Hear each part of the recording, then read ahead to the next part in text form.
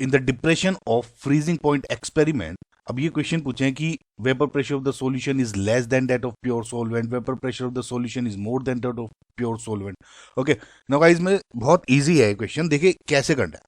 We know कि जो आपका वेपर प्रेशर और टेम्परेचर का जब भी आप ग्राफ बनाते हैं, है ना, नाउ ये इस किस तरह से बनता है, एक तो ये तो पहले होता है सॉलिड सॉल्वेंट, इसको ध्यान से सुनिएगा, सॉलिड सॉल्वेंट, ठीक है, यानी जब टेम्परेचर आप बढ़ा रहे हो इसका, ठीक है, वेपर प्रेशर हल्का हल्का हल्का भी बढ़ रहा है बहुत इजीली।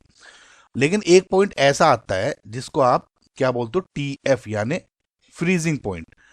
और इसमें क्या होता है कि अब देखिए इसको लेफ्ट टू राइट ना पढ़ के राइट टू लेफ्ट पढ़ना आप पहले, अभी देखिए इसके बाद आगे क्या होता है कि इसका जो वेपर प्रेशर ऐसे एक्सपोनेंशियली थोड़ा बढ़ने लग जाता है।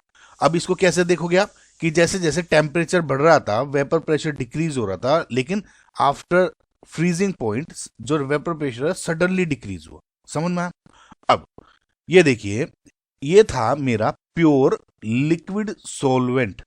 इस पॉइंट के बाद में जब मैं ये अभी लिक्विड था, फ्रीजिंग पॉइंट आया, इसके बाद सॉलिड हो गया है ना, तो ये था मेरा प्योर लिक्विड सॉल्वेंट का। जैसे ही आप प्योर लिक्विड सॉल्वेंट में सोल्यूट डाल देते हो, यानी इसको सॉल्यूशन बना देगा, तो क्या होता है ग्राफ, ये नीचे लाइन खिंच जाती है। इस लाइन का मतलब क्या होता है, देखिए ये सॉल्यूशन 1, ये है सॉल्यूशन की। जैसे आपने डिपेंडिंग अपॉन कौन सा आपने सोल्यूट डाला है, इसका वेपर प्रेशर डिक्रीज हो गया। देखिए इस पर्टिकुलर पॉइंट पे यहां वेपर प्रेशर ये था, लेकिन इसमें कम हो गया, समझ में?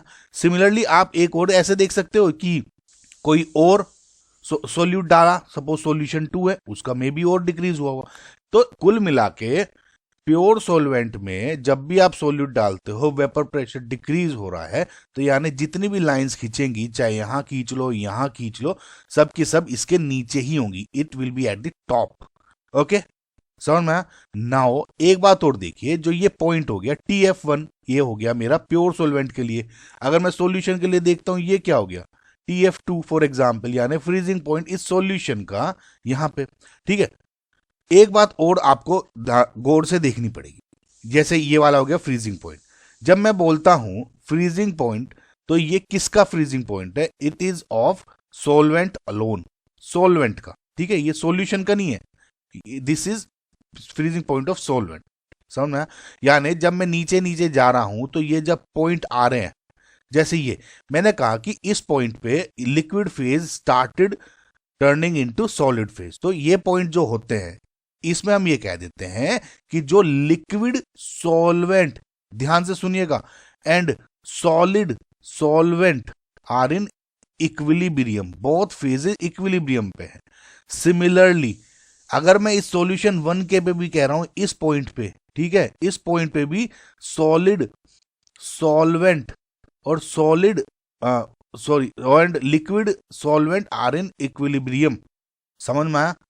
ठीक है, तो इसका मतलब जब ऊपर से यहां नीचे आ रहे हो, जो सॉलिडिफाई हो रहा है वो सॉलिडिफाई हो रहा है आपका सॉल्वेंट, इस बात का बहुत ध्यान से सुनना, ठीक है। अब अगर आपको ये पॉइंट समझ में आ गए हैं, तो इस क्वेश्चन को देखिए, vapour pressure of the solution is less than that of pure solvent, this is correct statement, समझ में आ गया नीचे?